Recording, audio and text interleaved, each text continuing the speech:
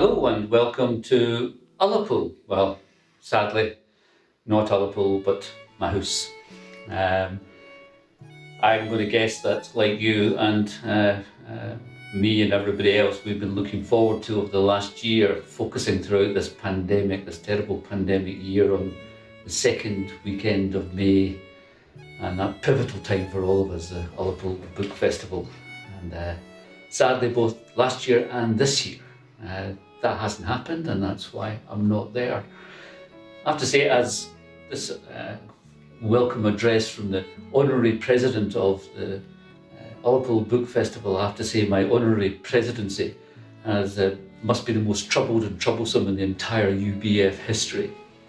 However, I think that even given the fact that we can't be together this year in Ullapool, doesn't mean to say that we're not going to have a fantastic celebration of books and reading and a great Ullapool Book Festival. I mean, in a sense, writers and readers weren't really supposed to be together. I mean, it's all about what's so fascinating, that we can read people from many, many miles away and many, many centuries apart and still feel a connection. Right now, I'm working on a text in Satire of the Three Estates, written 470 years ago, and yet I feel this connection with David Lindsay. But in Ullapool, we do love being together. We do love walking around the streets of Ullapool and going down to the Cayley Place and of course the Scones and chatting about who we've listened to and what we've heard. And in a sense, I think that can keep on going. And in one sense, better even than usual. This is going to be another great Ullapool Book Festival. Joan and the team have gone out their way to make it as Ullapool as possible, and it's as rich and as deep and as varied as it always is. There's Gaelic poetry, there's music, there's poetry from Ayrshire, there's crime from today, the here and now, and from the Victorian era. There's travel writing, there's political writing, there's history. There's all those conversations that we have every year in Ullapool about who we are, where we've been and where we're going. And this year, although we don't have that one special weekend in the second weekend of May, we are going to be together every Wednesday night, right through spring, right through summer into August. So in one sense, that's really, really special. And I'm kind of so looking forward to all that. And this is quite a special spring and summer, hopefully at the end of which the world will look in a more recognisable shape and we can look forward to 2022.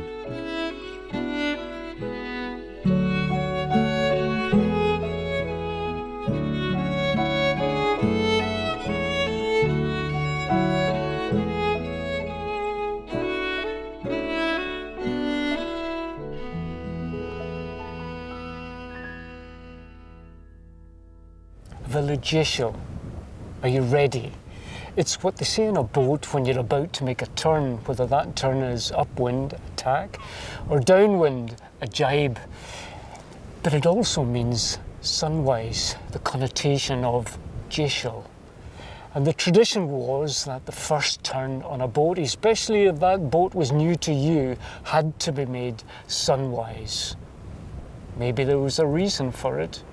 Maybe there wasn't, but who am I to go against a long-established tradition? The mess of sea quietened down as the tide turned.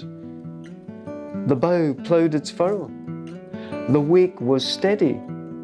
That North Lewis scaw was back on her course south through the Sound. She was the vessel that might allow the steward to make his spring visit to Hurta, St Kilda. And maybe Isabella Morrison might still have a resolve to remain aboard. You might have sailed on a river, but you seem at home on the sea, said Michael. The skipper had to know who could take a spell of steering when they put a nose out to the Atlantic. Rory was able. Mr. Morrison was solid. The big surprise was his wife. Once they were free, they rode that tide, and she was handy on the tiller too. She took the fresh breeze on her quarter as the waves built up behind them. Our new vessel lifted to it all. And there was High Ronaval off to starboard, and the sun still had a bit to fall yet in the April sky. We might have to wait for water to enter Rodel Pools, said the skipper. I'd propose we see if my nephew there can mind the marks to take us home to Enzie. The Morrisons looked surprised, but the steward gave his nod. Michael took her. He set the young eyes of Rory to scan the islands for cairns of stone. These would be kept in a line which would ensure they were in the narrow channel. We had rehearsed lowering that thick mast on the boat's own tackle. It came out front like a battering ram, and then you hauled it back in, making sure that you didn't take someone's head or hand in the process. The Ska from North Lewis drifted in between the reefs to the soft shore of Enzie. The boy pointed the way, and his uncle gave the nod. I saw Mikael put his hand to the round Baltic stones that he'd picked up at Goat Island. They might have come from Gotland, Latvia, Russia. They might have found another home in the Sound of Harris, but the skipper had another idea. Hold now, he said. We might struggle to find others as suitable. Mikael went over the side, nimble as a cat. He waded to the beach and came back with a big basket of willow. He passed it to Peder. I'd seen this done. He was to gather most of these ollaks, big stones, smooth as babies, and pack the basket. Then it was secured and let down over the stern. Thus it became an anchor. A few folk were on the beach now, and they pulled on the rope attached to our bow. So we were tethered between the tide lines. Two boys pushed out a smaller craft, a netter, we would say. And so all aboard, apart from the skipper himself, were able to reach the shore dry shod. We could sleep in our own beds this one night, and maybe one more. And then we must be ready.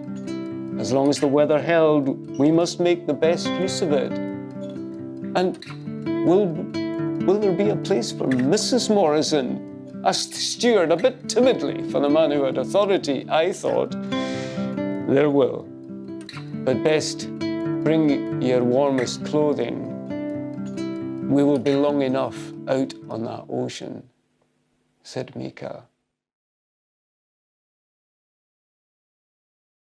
Well, I never did really become a storyteller. It's just I grew up with stories. I was lucky enough to catch what now looks like the tail end of people going round each other's houses in the evening, extended family.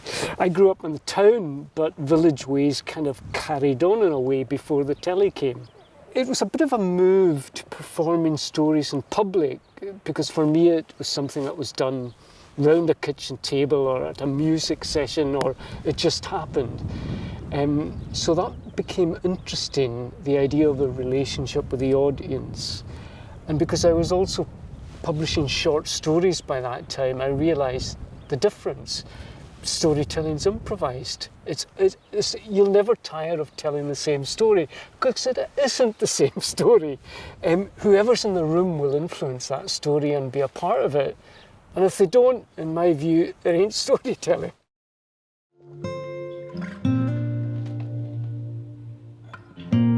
But it was Rory saw first. Out ahead, it was not glass anymore. The glass was broken, disturbed.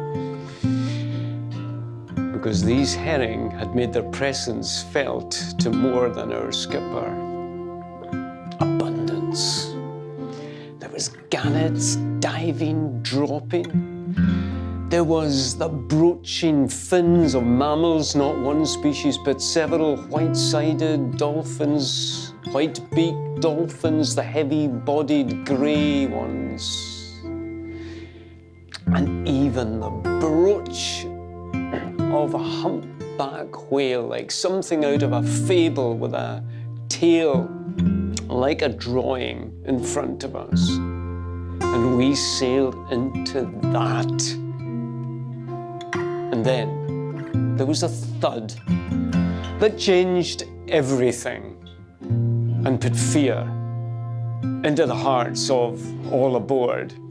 And the boy was looking disturbed over the bow. He was looking in the wrong place because the problem lay within the shell of the vessel. You see, gannets dive from height all their life, and when they get old, their eyesight goes, and it must have been an old bird that had mistaken the sheen, the oily sheen of the planking for the sea itself, and it had dived through the vessel, piercing it below the waterline. Murray put his hand to it, to the beating wing, and Michael put his on top of it. As long as that beak stops the hole it has made, we will stay afloat. And then there was a consultation with the steward. Well, it was 20 miles that way and 20 miles on an equal risk. But, said Michael, I can feel it rising. And it's over our quarter, and we are best continuing. And that is what they did. They were no longer gliding, they were sailing. And all their weight was up to balance it. And they took turns on the tiller, Mrs. Morrison and all, and everyone held their own. But then it blew. And they shortened sail. And that scaw, that North Lewis scaw, showed what she was built for, because she rose to it, lifted up her skirts, and she went surfing. And like the MacDonalds and the MacLeods before, they saw the chord of current from Levenish. And that bay, village bay that seemed so wide, now seemed a bit on the narrow side. Because slowing her was the thing, and with all sail down, all canvas on the bare pole, she was still running. And that shore was seeming close, and they were out of luck. They were out of luck with the tide, because there was bare boulders exposed before the sand behind it, but they'd been spotted. Murray, Neil, held out an arm to their kin on the beach, and the Hurtog had done this before, because they waded out to meet the vessel. The tallest came first into the surf, and then the middle-sized ones, and then the short ones. And still we were fast, and as calm as if we were sailing to church on a Sunday. Michael said, you could put the ballast over the stern now. And I gathered it into the basket, locked the gate, put the anchor bend on the warp, and over the side it went, the rope hissing, and then I belayed it. And that slowed us and held us on the top of one wave. And for a moment, I will swear our vessel was in the air between the wave and the shoulders of the St. Kildans. And it was then I heard a gasp from below, because one of them looked up and saw a sight he had never seen before. It was the pale beak of a gannet through the black tar skin of that boat.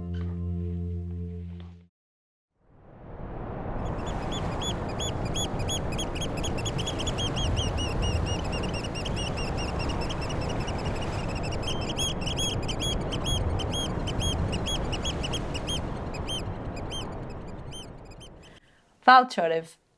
I'm Laura Cameron Lewis, theatre and filmmaker, and I'm hosting the discussion today with the creative team of Jayshell Sunwise. I'm here with Christine Morrison, visual artist, with Mike Vass, musician and composer, and with Ian Stephen, novelist, poet and storyteller. We're here today having a discussion in the beautiful Uig Lodge on the west coast of the Isle of Lewis, overlooking the gorgeous Camas Bay, Uig Bay. Ian, it's quite an inspiring landscape, isn't it? Is there any connection with this particular landscape to any of the stories in the piece? Well, Laura, there sure is. we have a story, a tradition, a passed down story, where the steward of St Kilda is making his annual visit, and his wife Isabella has made it clear she wants to be aboard for this one. And Camazuig is one of the places they would have been abeam and one possible refuge for shelter. And now when you look at it, it looks like tranquility. And if they'd been able to gain it that night, it might have provided them shelter too. But everything's different from seaward. And the Atlantic doesn't like to be squeezed. There's a depth contour out from the mouth to this bay. And when you hit that, they get steep. So you couldn't even see an entrance in conditions like that. But before they were abeam, this elusive refuge, one of many elusive and impossible refuges that night. We go back to when that vessel made its landfall in Herta, and you might remember that wasn't the easiest of passages either. But that boat was needed. Because in Herta, they were missing 7 souls. Back in late autumn, they had left in the village boat to make the journey to Borroway. Now, people think of St Kilda as one island, but it's an archipelago. And there are 5 nautical miles between Herta and Borroway. And it was no unusual thing for 7 or so to be left. The boat would return, and in a couple of days they would come back. But when that boat left with cheery waves, the wind changed. And they would have heard it in Borroway and wondered, are they all right? And they would have been all right. They would have put the turf roofs on the old dwellings, the shelters that provided for them while they were on the rock. But they would have wondered, are they all right? And they would have looked back to the high ground, Oisaville, above the village. There would have been a signal. So the tradition was a fire for each soul. And they would have seen 1, 2, 3 fires when they were looking for 7. And no matter how closely they looked, there were no more fires. And they knew 4 souls were lost. So they knew that that boat had met with accident, probably close to the shore, trying to make landfall, and so 3 had survived. So no boat would be back out for them. And winter was coming, and they would have known that they had to take charge of their own survival. And they had been able to signal back into the spring. They had been able to signal back to Herta. No fire. They had cut slabs of turf. So from Oisaville, what would have been seen, one by one, was a slab of brown appearing in the green, like a great family Bible. 1 for each soul. And they would have counted with the same impatience as the stranded had counted the fires, and they would have seen 7 slabs. And so, on Herta, they knew they had survived thus far into the spring. And then there was the arrival of the steward's boat. And so they were told, it will be a short rest and your boat is needed. And the steward and his wife would not have come because Maruchi, the skipper, he needed a pointer, a pilot, and the 2 Hjorta who had crewed for them coming out, he would have needed these men, their strength. So it's all about trust. That boat coming close to what they called a landing place, not much of a ledge, and the pointer would have done that, and into that kelp and seething water, the skipper would have taken his charge. Aye, he said, we'll give it a try, because it is the duty of a mariner to do what he can for his fellows. It might be his turn next time. Now, that landing is not stepping ashore. And Murchie and Neil were there ready. Michael, our skipper, would have said, whenever you like.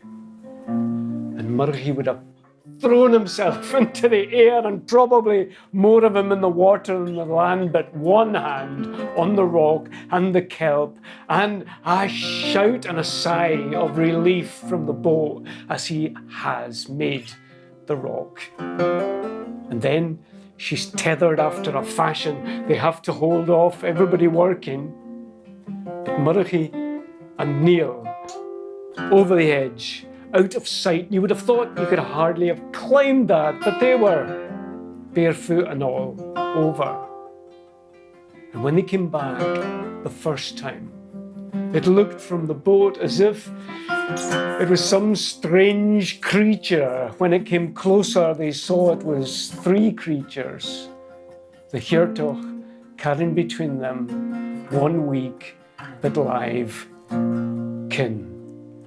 And that precious cargo was delivered to the boat, and they left again. And that happened 7 times, and 7 souls were rescued, all weak, all alive.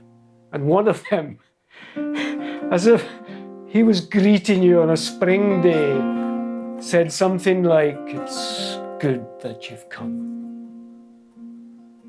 And they made that crossing as gently as it could have been done. And they made that landfall on Hurta. Everyone wading out, impatient to help the boat ashore and welcome the stranded, their lost ones back. And someone said something about the seamanship of our skipper, Michael. And he would have waved it off and said it was what any skipper would do, and he was indebted to his pilot, the Pointer. And then there was the business to be done. And then Isabella Morrison, she came into her own. She could talk to people. She just had that way with her. She could talk to people.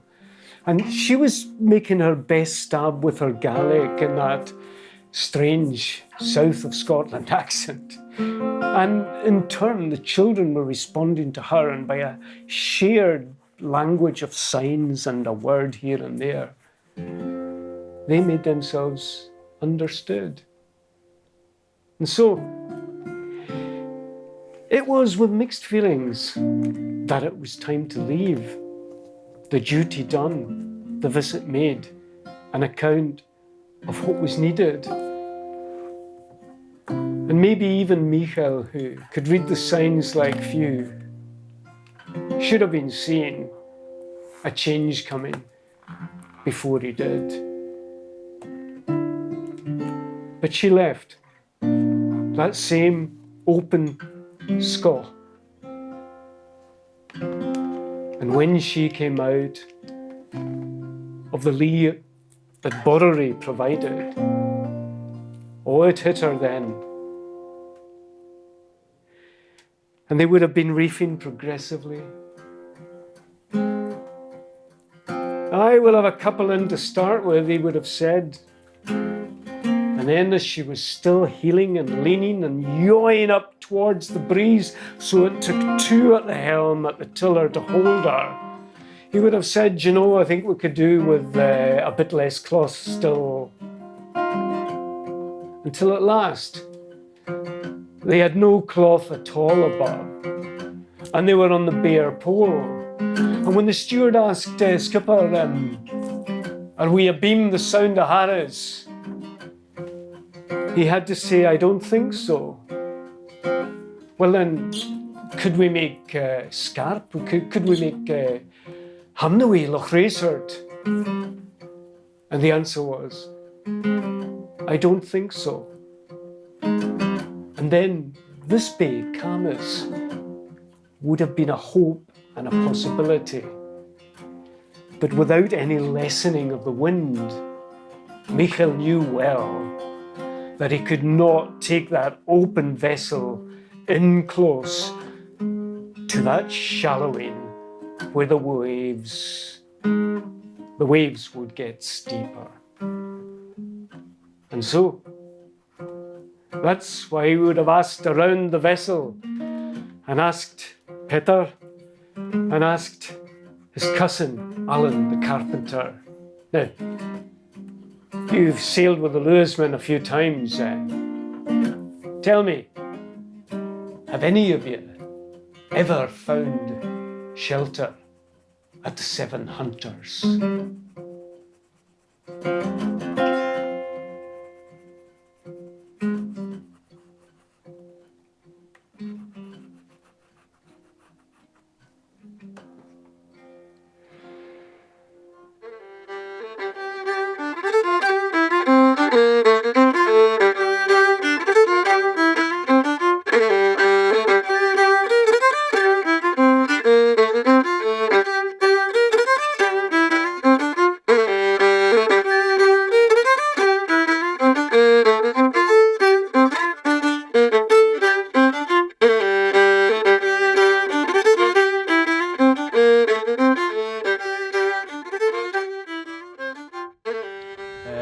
So Ian and Christine and I met first at the Ullapool Book Festival, which is a good connection.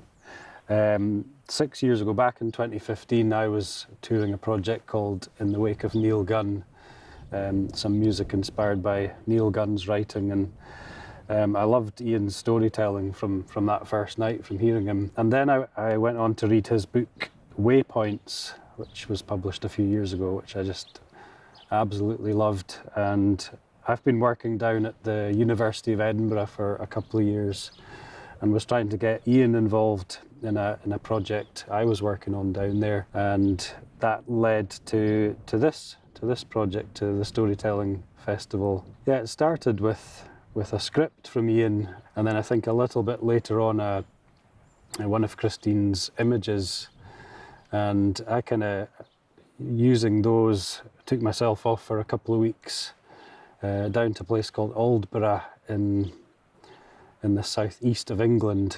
I had a wee residency down there, and I basically just sat at a baby grand piano with the script as on the music stand, and one of the images on the laptop, and spent 2 weeks kind of trying to come up with wee motifs that would fit well with the narrative or the various narratives.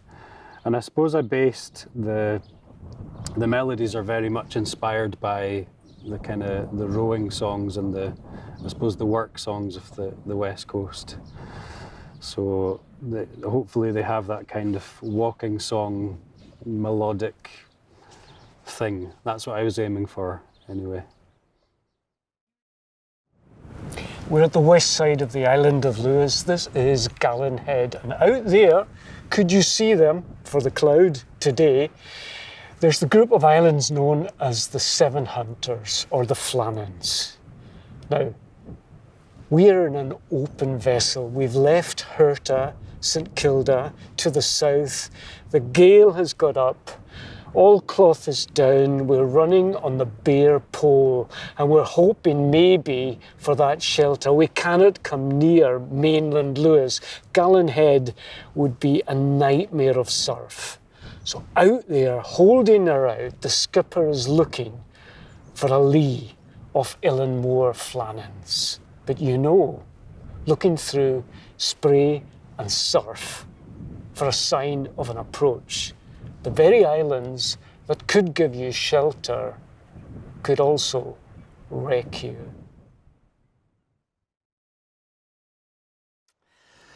Waypoints was a completely different project because basically it was a book about my husband's love affairs, all of which were, luckily, were all with boats. So when I was asked to send some sample drawings in for that, Ian would sort of read the chapters out, which was part of his editing process.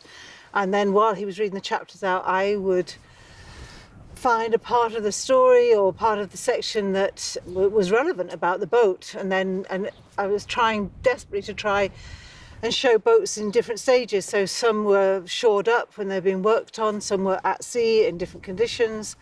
And all because the drawings they're all pen and ink, so that was a lot easier. The whole perspective from the sea is completely different from when you're standing on land looking out to sea. Try to put myself into that situation and what that approach would be like, and the drama of St Kilda and the drama also of North Rona, but the fact that there's a completely different lighting or different feeling to the mood of the work. A great creaking of that mast and still no cloth. We sighted one ship running with a handkerchief of sail up. Slower, a wind shift to let us work eastwards. A high grey rock appeared. That would be Sulisker. No anchorage there, but we can hold off, said the skipper.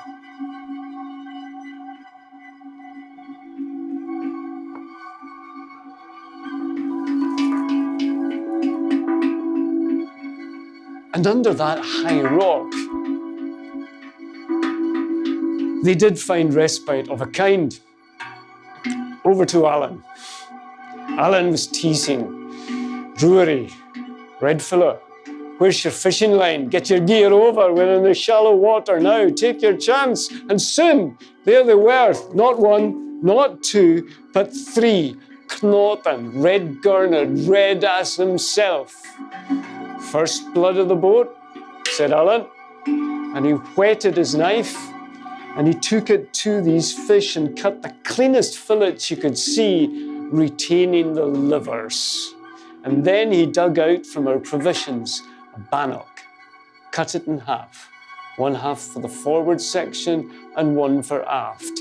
And now what you must do is this, he said, taking a pat of the St Kilda butter and then placing the liver on it, folding it over and putting the whole mess between his bachuchi and the thwart. It's the heat of your body goes through the butter into the liver, and Mrs. Morrison, if you can keep some of that down you, you will find it is the most sustaining thing of the lot. 11 more miles to run to the island farm of North Rona. They all spoke of it. They all spoke of it with hope. A scrap of sail again helping us westwards, the wind down a bit, but the sea still high. Was it really possible that an island with fertile ground could exist out there? It seemed like a legend, something out of the Odyssey. Another rock did lift itself up to the jagged surface. This one shone with a covering of the deepest green. Both sail and mast were brought down into our vessel. We could hope to meet another community of islanders. When you were speaking earlier, we heard from Mike that it was his piece, and from you, Ian, that seeing Mike's storytelling piece that brought you together as a creative team. So what is it about storytelling then and stories that brings your fascination to this subject? And what is it about this story in particular that needs to be told? Well, it's quite difficult for me to say what the appeal of stories is because they've always been part of my life. It might sound a bit nostalgic or sentimental if you say, I was brought up with stories, but it just happens to be true. I was born just, at the right time, the last days of extended family coming around the houses before the telly came. And I remember my Uncle John, Bulldog, the Sandwick head teacher. He was hilarious. The house would be shaking. And I remember getting really annoyed because my mother wouldn't translate a lot of the Gaelic stories for me. She deliberately, I think, didn't teach us Gaelic so that they could gab with these things. But it was just part of it. But this story, this has had an appeal to me for many years. There are I think three main sources. One is the Reverend Macaulay's account of his journey to Hurton, Hearst. Another is Martin Martin's version, and that's the strongest source. He quotes a Barvis minister as the strongest source of the North Rona story. There's been recent research, and there are other parts of that too, but that's the primary source. But there's a lesser known source, which is Donald Morrison, the Stornoway Cooper, who was kind of a failed businessman, probably because he was yarning all the time. And he transcribed stories which have been published by Stornoway Public Library. And the account of the steward's wife insisting on coming along and being swept up to the north is in there too. But the appeal really is in fleshing out the bones. It's like a skeleton. And because there isn't that detail, I feel you have that little bit of license to imagine the characters. I don't feel you can twist things, change things. And I think you must try to be sensitive to these great sources. But I think because the detail isn't there, I feel you can. I think every storyteller does imagine what's between the lines. Because it's like a conversation, isn't it? In a way, with an audience, and perhaps less so in a theatrical setting or in the particular context that's come about through COVID and having to shoot things for film rather than having a live audience there. But still, with an audience, with listeners, there is an element of conversation and improvisation. And we can see from the work that you were doing, Ian, with Mike on stage, that improvisation is quite a key part of the live performance and the collaboration as it goes. So the text isn't fixed and elements of the music are not fixed. Can you talk to us about that collaboration and how that live moment unfolds for the two of you? Well, I suppose for me, I kind of feel that it's quite an intuitive thing. So having heard the stories a few times now and had the script to work from, the improvised part for me is more just kind of feeling my way as I go and trying to. I guess it's almost like trying to soundtrack the drama that's going on and trying to follow that in some way. And it's quite exciting for me because I get quite lost in it, and then it's also remembering to kind of to back off a bit sometimes and not get too excited when the the exciting points in the narrative. And sometimes I'm trying to drop you the rod to say, just go for it, man. Yeah. Just go for it. Yeah. And the audience are sitting on the edge of their seats. We're getting excited and we're with you both. Yeah. Yeah, it's really beautiful when you're watching that, to see those moments happen, and for those peaks in the music and in the storytelling, for you to both be working together and build up this crescendo.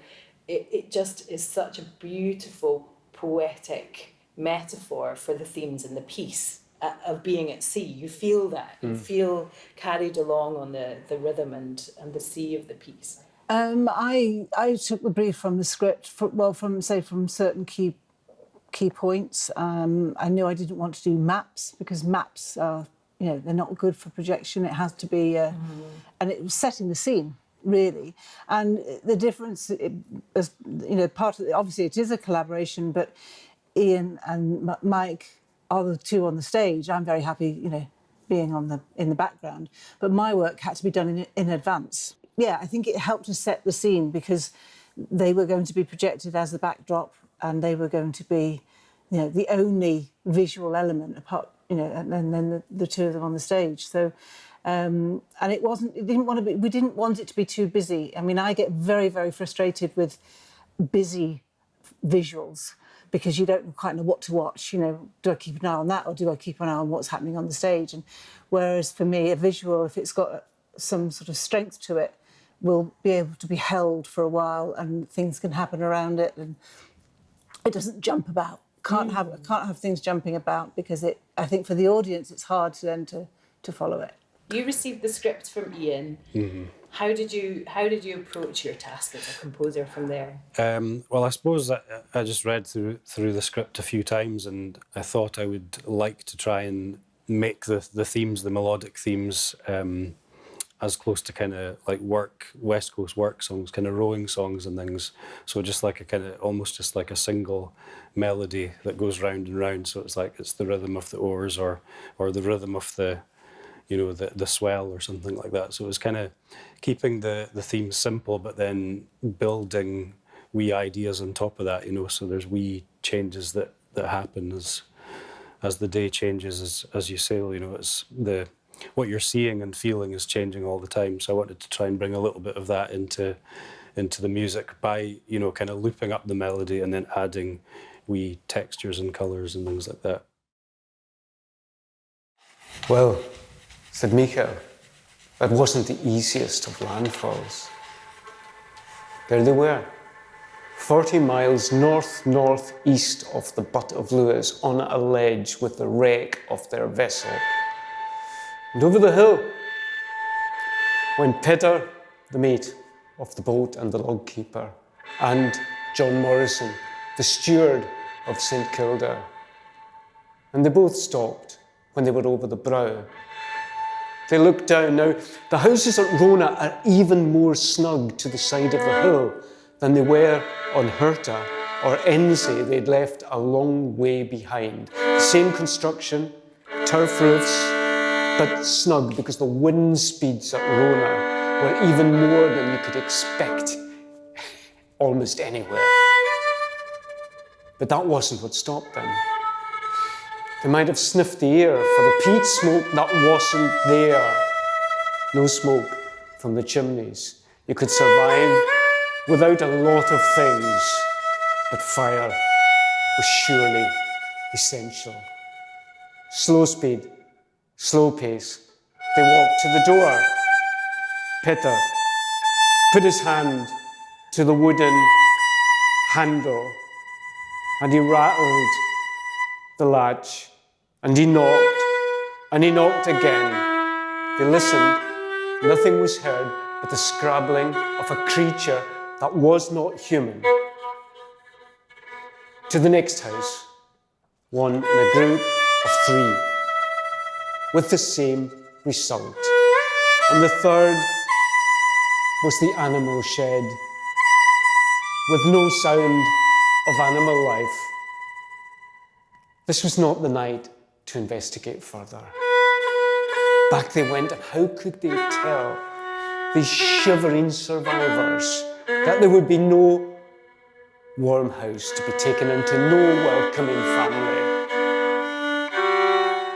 So it was another night, under the sail, only this time there was no heaving Atlantic, but undulating heather. It passed. And in the morning, there was a pretext found, of course, for Ruairi, the ship's boy, the nephew of the skipper, to take Mrs. Morrison and show her the secret to taking a lithe or a cod from the reef. And the men went together to the village, opened the door, found what they expected to see. But it was not a plague that had taken this people. The bones were clean. It was starvation. And I think it was Alan the carpenter who said, these people did not fare well on their last trade. The scrabbling was from the colony of rats, established from the pairs come down the ropes or in the tender of the ship that had last called at North Rona. And all they could do was not much, but do the decent thing. Now they tried to keep each set of bones and each family together as best they could. And they found the burial ground. There's the ancient chapel, and then there was the newer burial ground. And with as much decency, even though they didn't achieve the full fathom of depth, they laid that family to rest. And the last turf was on, and all complete, when over the hill came back Isabella Morrison and Rory the ship's boy.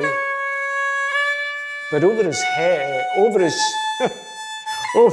shoulder was the head of a cod as big and red as his own, and I'll swear his tail was tripping the turf.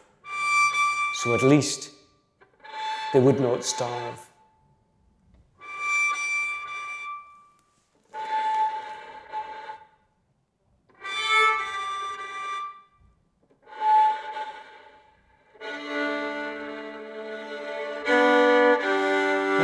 Time, an order of a kind was established. Really what happened was a community or a family was formed. And survival was their own duty now. There was no one else to look after.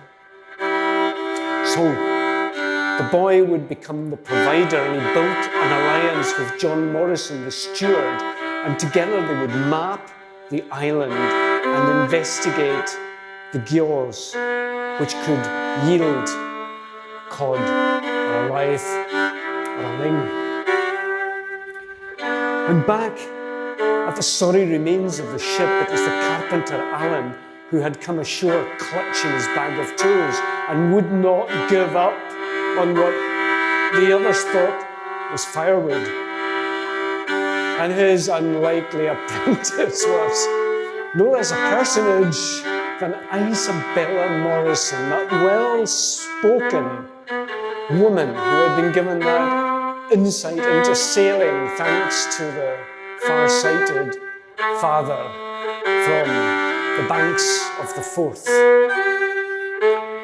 Now she would fetch and carry and bring the materials, and he would use whatever he had, and there'd be a rib here, section of plank there, and at last something was evolving. Now while this was happening, Michael, no longer the skipper as he was on land, and Peter, his mate, and Alan, his cousin, the carpenter, found the most valuable thing on the island, even more than the fish hook. The most valuable thing was in a clay jar with a wooden lid that even the rodents could not devour. And it was the story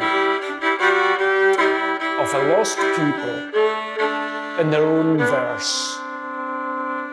And together they set to a translation to bring that story, if they did survive, to a wider world. And as long as the light would last, they would debate. And it was there that Michael showed he was the true bard. And about the time the translation was as good as it could be, was about the time every scrap of material was used and that boat was rebuilt, or, as someone once said, retold. But it was a plank short, and there was not one scrap, and no matter how Isabella Morrison scoured each rock on that island, there were no more materials. It was the boy Rory who said, "I think it's time for the sail." The carpenter nodded, and a section of flax cloth was fashioned into a top strake of a different kind. It was proofed with fat. They did not even have to slay one of the seal pups for that. The sea wolves, the orca, did that for them. They take one and leave it like a salmon leaves, like an otter leaves a salmon with a bite out of its neck. And that fat proofed the cloth. "Will she float, man?" asked Michael.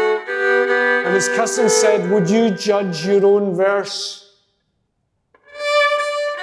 There was nothing to do but try. Gently, that vessel was placed in the water.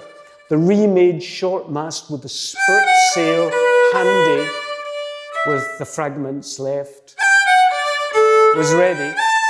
it would be hoisted, and with sweet Rona water, some cold fish, all the provisions they had, they pushed away. And I'll swear, it's the green top of North Rona faded to the grey North Minch. It was a sadness.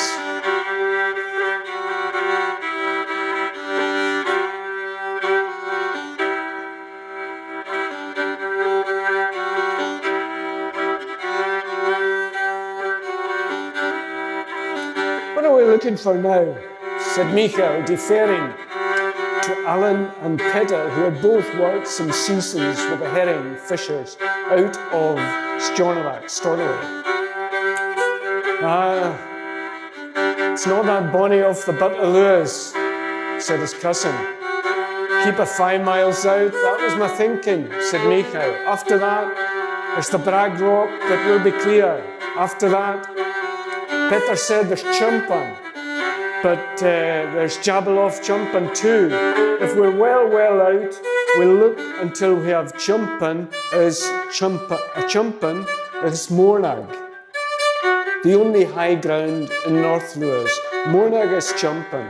And off to port, if we're lucky, we'll see the 2 summits of Sullivan. And there you have it, Chumpan Head.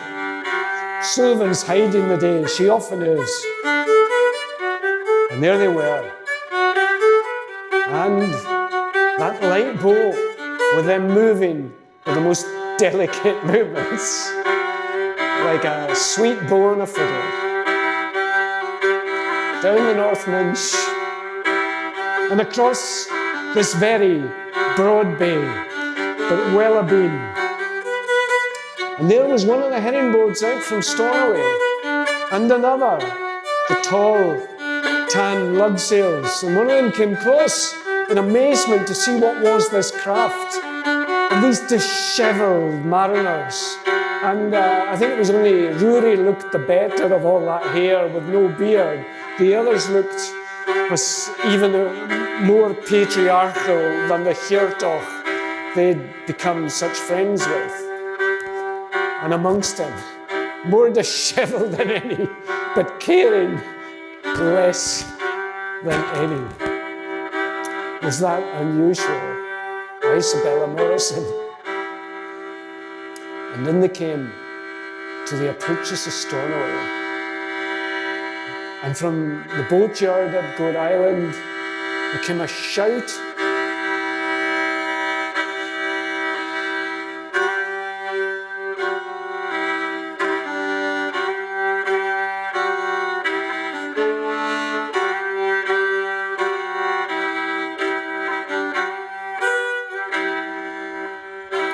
And there was a crowd gathered by the time they came ashore. Memorial services had long since been said. Ashore they came, back from the dead. Not many have made that voyage. There's a footnote to the story. And even Peder, the log keeper, even Michael, the bard, left that for Isabella because no one else could say it. North Rona was known as the Fertile Island, so fertile that it was rare for single calves, single lambs, and in due course they were to find that the human animal was no different. And North Rona, the fertile ground, the island farm, had had its influence, and John Morrison and Isabella were blessed with 2 hale and hearty sons.